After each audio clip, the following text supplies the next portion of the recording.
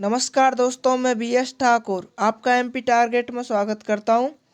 आज हमारी MP GK की क्लास नंबर 4 है और आज हम MP की जनजातियों का लास्ट टॉपिक पढ़ने वाले हैं।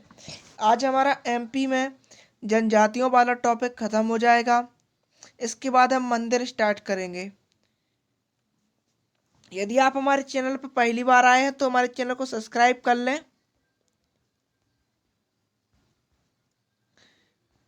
और वीडियो को लाइक और शेयर करना ना भूलें। और वैसे भी हम प्रीमियरशिप लिए हुए हैं, तो आप हमें लाइव चैट में होने वाली मिस्टेक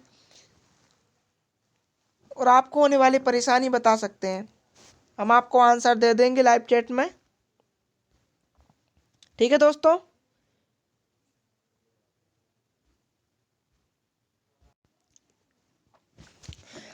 आज हमने अपने पढ़ाने का पैटर्न बदल दिया है। बहुत से मित्रों को परेशानी जा रही थी कि वो ब्लैक बैकग्राउंड था, लेकिन आज हमने ग्रीन बैकग्राउंड कर दिया है और जो थोड़ी पढ़ाने का पैटर्न था वो भी थोड़ा चेंज कर दिया है। ठीक है। इसी के साथ आज हम पहली जनजाति अगरिया को कंप्लीट करेंगे। तो हम अगरिया की बात करते हैं। तो अगरिया कहाँ पाई जाती है? MP के मध्य क्षेत्र। MP का मध्य क्षेत्र कौन सा है? तो MP का ये मैप बनाते हैं दोस्तों। ये MP का मैप और ये जो एरिया दिख रहा है आपको, ये जो एरिया, ये मध्य क्षेत्र, इसमें सागर आता है, रायसेन आता है और नरसिंहगढ़, नरसिंहपुर, ये सब एरिया आता है। ठीक है। तो ये जो अगरिया जनजाति है ये MP के मध्य क्षेत्र में पाई जाती है। अब जो अगरिया जनजाति के देवता हैं, मुख्य देवता, वो लोहासुर हैं और ये जो काम करते हैं, इनका जो प्रमुख कार्य रहता है वो लोहा काटते हैं। वो तुम आपने सुना होगा कि लोहे का औजार बनाते हैं। तो ये अगरिया जनजाति का प्रमुख काम है, लोहे का औजार बनाना। ठीक है। लोहे का औजार बनाना इनका प्रमुख काम है। अब यह जनजाति क्या करती है? सुअर का मांस खाती है, इनका प्रिय भोजन है। और यह जनजाति उड़द की दाल को शुभ संकेत के रूप में मानती है। ये सब बातें आपको अगर ये जनजाति के बारे में ध्यान रखना है। एक बार हम रिपीट कर लेते हैं। यह जनजाति मध्य क्षेत्र में पाई जाती है। ठीक है। सेकंड पॉइंट है, इस जनजाति को जो देवता है वो लोहासुर है और जो इनका कार्य है वो कार्य क्या है? लोहे का औजार बनाना। ठीक है। और जो ये क्या करते हैं? सुअर का मांस खाते हैं। चौथा पॉइंट है उड़द की दाल, इनका शुभ संकेत है। इनका क्या है? शुभ संकेत। इसके बाद हम अगली जनजाति की बात करते हैं, पारधी जनजाति। दोस्तों जो आज का टॉपिक है वो ज़्यादा बड़ा नहीं है, छोटा सा टॉपिक है। यह जनजाति भोपाल, सीहोर, अशोकनगर, रायसेन में पाई जाती है। ये जो जनजाति होती है ये काले पक्षियों का शिकार करते हैं। इस जनजाति के गोत्र राठी, सोलंकी, चौहान से मिलते हैं। अब इसको हम ध्यान कैसे रहेंगे? तो हम एक बार पॉइंट में लिख लेते हैं। ठीक है। यह जनजाति भोपाल, अशोकनगर, रायसेन में पाई जाती है। ठीक है। ये क्या करते हैं? काले पक्षियों को शिकार। ठीक है। कौन से पक्षी? काले पक्षी। ठीक है। और इस जनजाति के गोत्र कौन से मिलते हैं? राठी, सोलंकी और चौहान से मिलते हैं। इतना सब हमें पारधी जनजाति के बारे में ध्यान रखना है। ये आप पढ़ लेना दोस्तों। पनिका की बात करें तो ये कबीर को मानते हैं। ये कबीर को अपने आप की संतान कहते हैं। ये कबीर को अपने आप की संतान कहते हैं। ठीक है। यह जनजाति सीधी और शहडोल में पाई जाती है। सीधी शहडोल कहाँ पे है? तो मैप में देख लेते हैं हम। सीधी शहडोल। ठीक है। ये जो एरिया है ये सीधी सिंगरौली, ये जो एरिया सीधी, और ये हो गया शहडोल। ठीक है। तो ये जो इतना एरिया यहाँ पे पाई जाती है। ठीक है। यह जनजाति मांस नहीं खाती क्योंकि ये कबीर को मानते हैं और जो लोग कबीर को मानते हैं वो मांस नहीं खाते। और ये लोग क्या करते हैं? हिंदी देवी देवताओं की पूजा करते हैं, जैसे कि भगवान राम, लक्ष्मण, हनुमान, सूर्य देवता इत्यादि की पूजा करते हैं। ठीक है। इसके बाद हम अगली जनजाति की बात हैं। यहाँ पर कुछ शॉर्ट जनजातियाँ दी हुई हैं, जैसे कि सौर जनजाति कहाँ पाई जाती है? दमोह और सागर में पाई जाती है। धानुक जनजाति कहाँ पाई जाती है? भिंड, मुरैना, इंदौर, उज्जैन व रतलाम। विशेषकर ये उत्तरी भाग में पाई जाती है दोस्तों। अब बिंजवार जनजाति, यह अल्पसंख्यक जनजाति है और ये कहाँ पे पाई जाती है? बालाघाट और मंडला। बिजवार किसकी उपजाति है? तो ये बेंगा, बेंगा की उपजाति है। बेंगा की उपजाति एक बार रिपीट कीजिए। बिजवार, नरौतिया, भरौतिया, नाहर, राय और क्या बताई थी मैंने? मैना और कटमैना। ये सभी उपजातियां बताई थी मैंने बेंगा की। ठीक है, इसमें एक बिजवार भी शामिल है।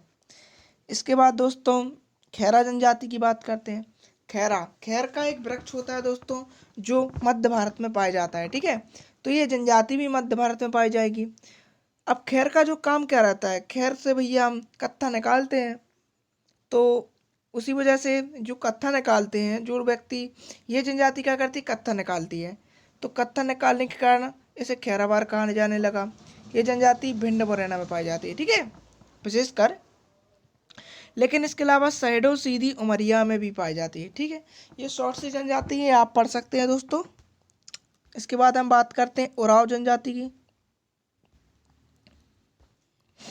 उराव जनजाति दक्षिण भारत की जनजाति है।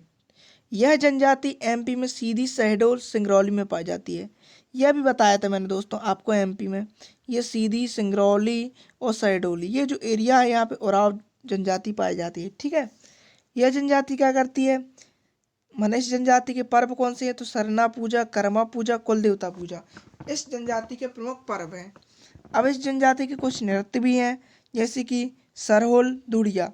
अब इस जनजाति के बारे में एक बात और ध्यान रखना है, यह जनजाति ईसाई धर्म को मानती है। किसको मानती है? ईसाई धर्म को मानती है। यह जनजाति ईसाई धर्म को मानती है। यह जनजाति दक्षिण भारत की जनजाति है। यह जनजाति एमपी में सीधी, शहडोल, सिंगरौली में पाई जाती है। यह जनजाति सरना पूजा, कर्मा पूजा, कुल देवता पूजा करती है। अब इस जनजाति के जो नृत्य हैं वो सरहुल और धूड़िया है। इसके बाद हम बात करते हैं कुछ योजनाएं हैं दोस्तों।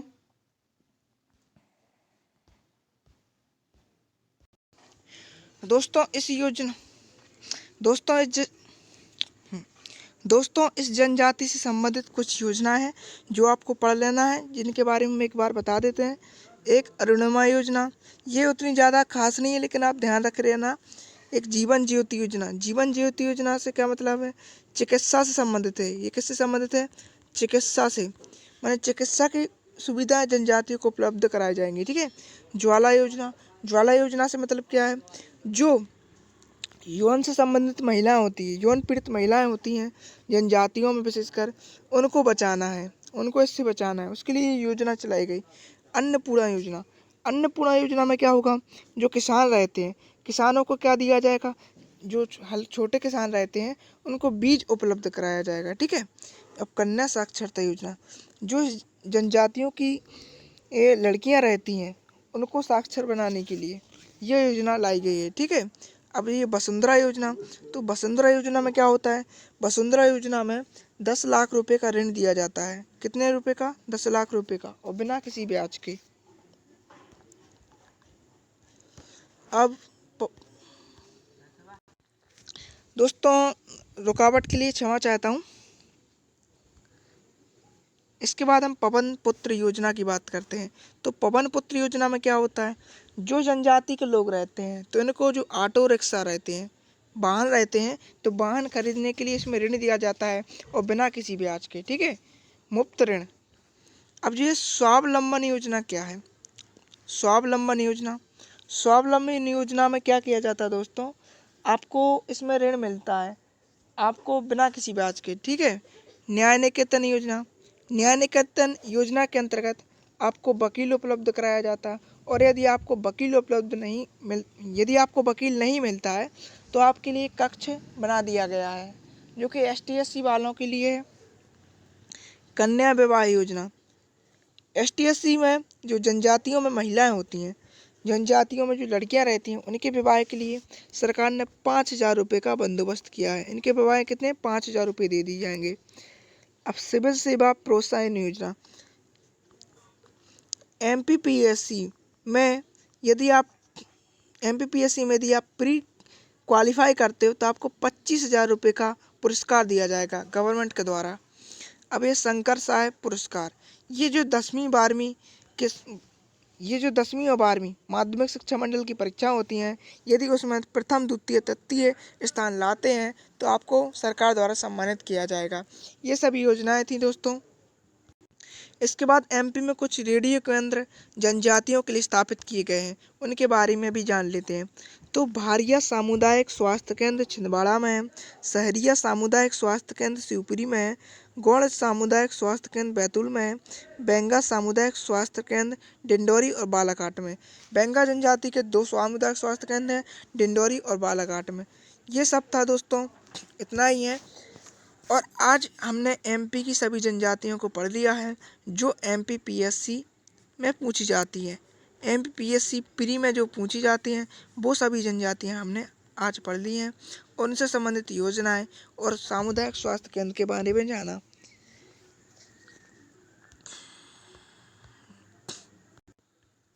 यदि आप हमारे चैनल पर पहली बार आए हैं तो हमारे चैनल को सब्सक्राइब करना ना भूलें, ठीक है दोस्तों। और यदि आपको समझ में नहीं आता है तो आप हमें कमेंट में ज़रूर लिख दिया करो। किसी किसी को बोर्ड में प्रॉब्लम होती है तो किसी को मेरे पढ़ाने में प्रॉब्लम होती है, तो आपका फ़र्ज बनता है कि आप हमें कमेंट में लिखें और क्या प्रॉब्लम होती है वो मुझे बताएं। मैं अगले वीडियो में उससे सुधारने का प्रयास करूँगा, ठीक है दोस्तों। मेरे चैनल को सब्सक्राइब करना ना भूलें, सब्सक्राइब कर लें और मेरे वीडियो को भैया ज़्यादा से ज़्यादा शेयर कर दिया करो। मैं आपका कोई दुश्मन तो हूँ नहीं जो आप मेरे वीडियो को शेयर नहीं करते।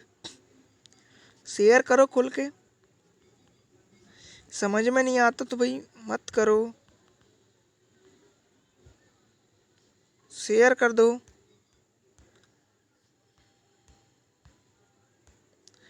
प्लीज़ भैया शेयर कर दो। यदि आपको कोई प्रॉब्लम हो तो आप हमें कॉल भी कर सकते हैं, ये मेरा नंबर है, नोट कर लिए। कोई प्रॉब्लम जाती है तभी आप कॉल कर सकते हैं, बिना वजह से। ठीक है दोस्तों, थैंक यू दोस्तों मेरी वॉच टाइम में आने के लिए। हम फिर मिलते हैं अगले वीडियो में और अगले वीडियो में हम मंदिर की बात करेंगे। मंदिर जानेंगे, ठीक है। मंदिर, गुफाएं, ये सब जानेंगे, किला भी जानेंगे हम, ठीक है दोस्तों।